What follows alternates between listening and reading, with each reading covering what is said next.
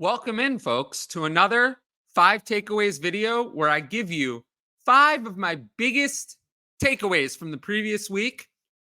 Let's jump into it. So, the first takeaway, the Falcons, they figured something out this week, but they lost. So I'm worried that Arthur Smith is going to unfigure it out. However, Drake London, 9 for 125 on 12 targets. Kyle Pitts, 4 for 43 yards and a touchdown on 6 targets. Bijan Robinson, 5 for 43 on 8 targets. And Robinson, of course, also had 13 carries for 37 yards, 18 overall touches. Overall, I think week 1, we can see as an outlier. Drake London is fine. He leads the team with 43 targets. But in week 1, he had 1 target and a goose egg. Since then, he's averaging 5.2 catches on 8.4 targets for 65.8 yards a game, which paces for 88 and 1,119 yards on 143 targets. Not the most efficiency. Desmond Ridder is holding him back. But Drake London does not have an Arthur Smith problem in the same way as Kyle Pitts. Kyle Pitts has 38 targets, which is fine, but Jaxon Smith has 32.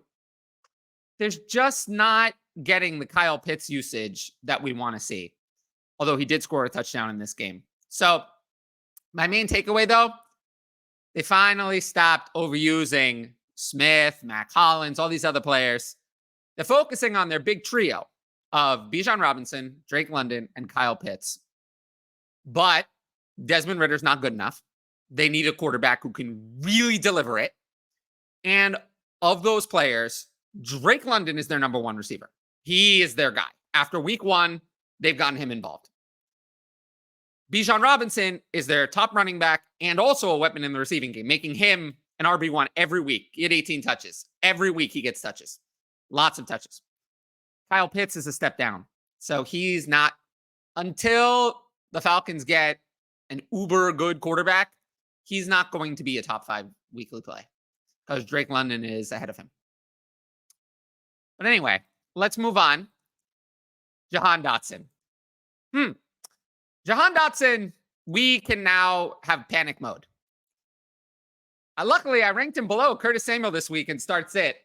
He had 1 target, 0 catches, goose egg.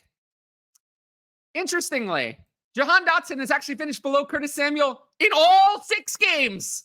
Not 1, not 2, all of them. Every game. Terrible. Terrible. Additionally, for the year, 140 yards. That could be a game for Tyreek Hill. 6 games, 140 total yards. I don't know what the problem is, but he's vanished from the offense. The targets are there. He has 31 targets. He's tied for second on the team behind Terry McLaurin with 31 targets. But Sam Howell just has no chemistry with Jahan Dotson, doesn't like Jahan Dotson. He's playing the snap share, but Sam Howell just won't throw to him. I don't know what the issue is. In redraft leagues, goodbye. This was the last chance. But now it's goodbye. You have to move on. You have to move on. You have to add someone else in most normal redraft leagues. In Dynasty, I thought he was good coming in. He looked good last year. It doesn't look like there's anything wrong with him. So he's a Dynasty buy low. If you can pay 1 2024 second, I would do it. This is a talented player. You're not going to get someone like that in the second round most years. Certainly not someone with first round NFL draft capital. And we see someone like Jeudy in year 4 is still holding Dynasty value. So I would not move on from Jahan Dotson so easily in Dynasty, but in redraft, cut him. Can't wait. Let's see. The next one. And I think this is my biggest miss ever for fantasy football. Adam Thielen. Everything was against him. Rookie quarterbacks rarely support high-end fantasy assets. It's rare that they even have a top 30 wide receiver. If they do, it's usually because they have an outlier season, like Justin Herbert in 2020, for example. There are a few others. If it's not happening, the high-end wide receiver fantasy producer is usually an elite veteran in their prime. Think DeAndre Hopkins, Mike Evans, players like that, who can survive bad quarterback play in their prime. It's very rarely a 33-year-old veteran whose yards per game had been falling for 3 straight years and who looked horrible in their age 32 season. That doesn't happen very often. On top of everything else, usually age 32 is when the cliff goes away, not let alone 33. Andre Johnson, Julio Jones. I mean, these are players 32 and finished. There's so many players on that list. But somehow, Adam Thielen's having his best year ever. 8.2 catches and 84 yards a game. He already has 500 yards in 6 games. He's a must start every week from now on until he proves otherwise. You have to. I don't know if I would put him in wide receiver 1 range because it's hard to trust him, but I had him at wide receiver 19 and start sit this week. He's a top 20 play every single week, no matter the matchup. Michael Mayer is on the fantasy and the dynasty radar. People needed to have a little more patience with Michael Mayer. Tight ends take time. Yes, they should produce something in the rookie year. Trey McBride is out of excuses. It's been too long. But we can't write a tight end off after 4 games, 5 games. Tight ends take time. They take a little bit of time to develop. It's not like a running back or even a wide receiver. They need time. So this game, the Raiders got him involved early. He caught the first 3 passes on the game. The first drive is often scripted. So he caught 3 of the scripted plays. They designed those plays for him. 3 plays on that drive. And then he finished for 5 for 75 on 6 targets. The offense got disrupted when Jimmy Garoppolo went out and Brian Hoyer went in. Brian Hoyer sucks. But he had an 81% snap share after 66% last week. Unfortunately, you can add him in redraft, but if Jimmy Garoppolo is out and it's a back injury that I think Jimmy Garoppolo is going to miss at least a week, probably a couple, you cannot start Michael Mayer with another quarterback. So in redraft, you could probably pass on adding him unless Jimmy Garoppolo plays this week, which I don't think is going to happen. But in Dynasty, he's gained a lot of value. And we have to just have a little more patience with these rookie tight ends. Not every rookie tight end is Sam LaPorta. Nobody is. And very few are even Luke Musgrave, who locked down a starting role immediately week 1 and are just playing a full snap share week 1. That's even rare. So a little more patience is required. And that's all I want to say about Michael Mayer. The next one and last takeaway, Jaxon Smith-Njigba. I think the breakout's coming. I really do. This week, he finally got a little bit more involved. 72% snap share, 4 for 48 on 5 targets. Metcalf and Lockett had 78, 77% snap shares each. Metcalf exited a little bit with a little injury, but they're tight ends. No tight end had more than 50% snap share. So I think the Seahawks are realizing that they should be in 11 personnel. They also have Jake Bobo, a UDFA, who's probably wide receiver, is probably better than these tight ends. The 2 tight end set is not working for them. I think they're realizing 11 personnel is the way to go. I think they're going to get Jaxon Smith-Njigba more involved. Next week is against Arizona. I think this is the time that Jaxon Smith-Njigba finally has a fantasy relevant game. I'm not saying you should start him, but I'll probably have him inside my top 50 for redraft starts it for the first time in a while. And in redraft, I'd much rather hang on to Jaxon Smith-Njigba than I would Jahan Dotson. Jahan Dotson, I'm done with. Just to give you an example of where I'm at with my redraft roster decisions. So that's it for my 5 takeaways. I appreciate everyone who's been watching so far. Make sure to like, comment, and subscribe. That's how you support the video the best. And then if you want to ask in advance questions, you got to sign up for the Patreon at patreon.com/fantasy advice. The link is in the top right corner of the video and also in the show description.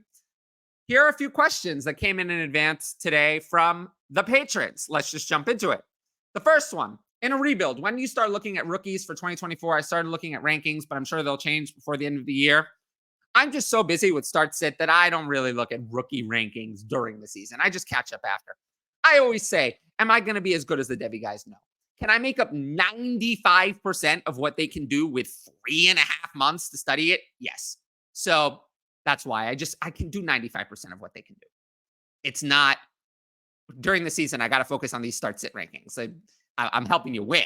I want to focus on winning. We can focus on rookies later. We have time. Lots of season left to be played, but with a potentially long-term injury and heavy regression yesterday against one of the worst defenses in the league, Is Justin Fields done in Chicago, and is he done as a starter? Well, Tyson Bagent came in for Fields, and he played a little bit. He was fine. Fields has a dislocated thumb. Looks like the Russell Wilson injury. He's going to miss some time. I do think Justin Fields is going to go back in when he's healthy in Chicago, because why not? What do they have to lose? I think they need to showcase him to trade him, because that Panthers #1 overall pick looks like it's going to convey to Chicago. Whether Chicago turns it around or not, I think the Panthers are the worst team in the league.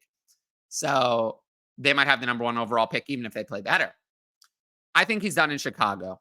As for done as a starter, I do think he's shown flashes, and he's shown the ability to pass recently. And I want to see a few more games to see if he can pick that up. Done as a starter, I'm going to say no. But I do think he's going to have to compete for his next job. And this injury costs him probably about, I don't want to say a third of his rest of his dynasty value. It's going to drop in multiple rounds at startup ADP, because his main value was that he was playing and scoring points. And if he's hurt, he's not going to be playing or scoring points. I did have this one review that I wanted to read from Frank saying that he loves the videos and appreciating it. I appreciate that. These short videos are going to be something I do more and more. So I hope you guys like it. Gurkha, we have 2 more questions. Contending team with Andrews and LaPorta. Which would you try to trade, and what's the ideal return for either of them? With 12-team, 1 QB, non-tight end premium. Well, I'd need a haul to trade either Andrews or LaPorta. Andrews would be the one I'd want to trade because he's so much older. I'd probably want, 1 first is not enough. 2 first seems unlikely. So probably a first and like a player. First and Luke Musgrave would probably be a floor for Andrews. LaPorta, I just really don't want to trade. Last one. If you could make one real life NFL trade, what would it be and why? Well, I'd like to get Jerry Jeudy out of Denver. I'm not the hugest fan of Jerry Jeudy, but I don't hate him. Can we send him somewhere where he can actually produce? It's tough to say. A lot of people are linking him to Carolina, which is not going to help him in the short term. The Giants need a wide receiver, but they're 1-5. It's tough. I would like to send Jerry Jeudy out of Denver, though. I would have said to the Colts, but they're out of quarterback. I don't know, but please get Jerry Jeudy out of Denver. I want to see him have another chance. Maybe you can swap him with Jahan Dotson. Maybe Sam Howell would like Jerry Jeudy better. I don't know. But yeah, that's my main gripe. But anyway, if you liked this video, make sure to leave a like, a comment, and subscribe. And sign up for the Patreon. Again, top right corner. So hard for me to point there. Trying my best. Patreon.com/fantasy advice. So you can ask those in advance questions. And as always, main show Tuesday, tomorrow, 7:30 p.m. Eastern. Tuesday, every week, we'll wrap up all the games, takeaways, everything. Dynasty trades, all that kind of stuff. And yeah, I just appreciate everyone in the audience who's always there to support me. And I will see you all next time. Peace out.